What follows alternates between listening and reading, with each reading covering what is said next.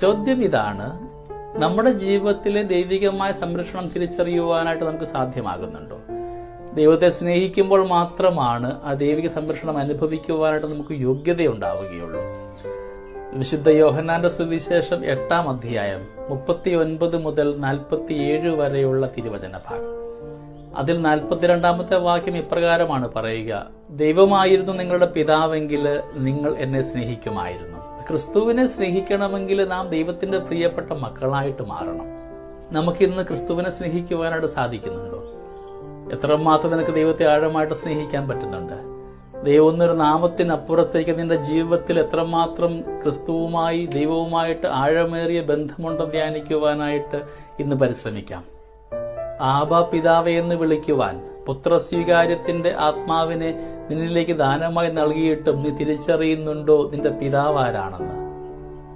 നമ്മുടെ ചെയ്തികളും കർമ്മങ്ങളും ഒക്കെ ആ പിതാവിന് പ്രിയപ്പെട്ട രീതിയിലാണോ ചെയ്തു കൂട്ടുക എന്നും നമുക്ക് ധ്യാനിക്കേണ്ടിയിരിക്കുന്നു.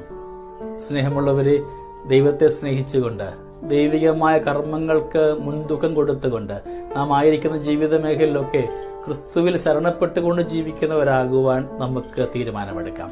നമുക്ക് ഒരുപാട് ചിന്താധാരകൾ ഉണ്ടായിരിക്കാം, പ്രത്യയശാസ്ത്രങ്ങൾ ഉണ്ടായിരിക്കാം. അതിൻ്റെയൊക്കെ അപ്പുറത്ത് മനസ്സിന്റെ കോണിൽ ഈശ്വര സാന്നിധ്യമെന്നും ഉണ്ടാകുവാനും നിന്നെ ഇന്നും കാത്തു പരിപാലിക്കുന്ന, നമുക്ക് ഒരുപാട് പരാതി പറയാനുണ്ടായിരിക്കാം. നമ്മുടെ പ്രാർത്ഥനയ്ക്ക് ഉത്തരം കിട്ടുന്നില്ല, നമ്മുടെ സ്വപ്നങ്ങളൊന്നും പൂവണിയുന്നില്ല. എന്നിരുന്നാലും നിന്റെ ജീവിതത്തിൽ നീ അറിയാത്ത ഒരുപാട് മേഖലയിൽ ഇന്നും ഈശ്വര സാന്നിധ്യം ഉണ്ടാകുന്നുണ്ട്.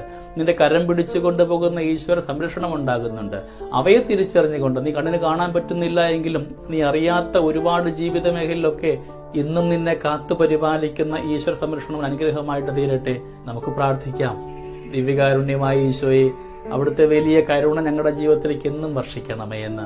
ദൈവവുമായിട്ടൊരു മുഖാമുഖ ദർശനത്തിൽ ഒരേ ഒരു ഉപാധി മാത്രമേ ഉള്ളൂ: ക്രിസ്തുവിനെ സ്നേഹിക്കുക.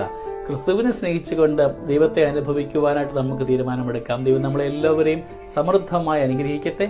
നമ്മുടെ കർത്താവ് യേശു മിശിഹായുടെ കൃപയും പിതാവായ ദൈവത്തിന്റെ സ്നേഹവും പരിശുദ്ധാത്മാവിന്റെ സഹവാസവും നമ്മുടെ കൂടെ എന്നും ഉണ്ടായിരിക്കട്ടെ, ഇപ്പോഴും എപ്പോഴും എന്നേക്കും. ആമേൻ.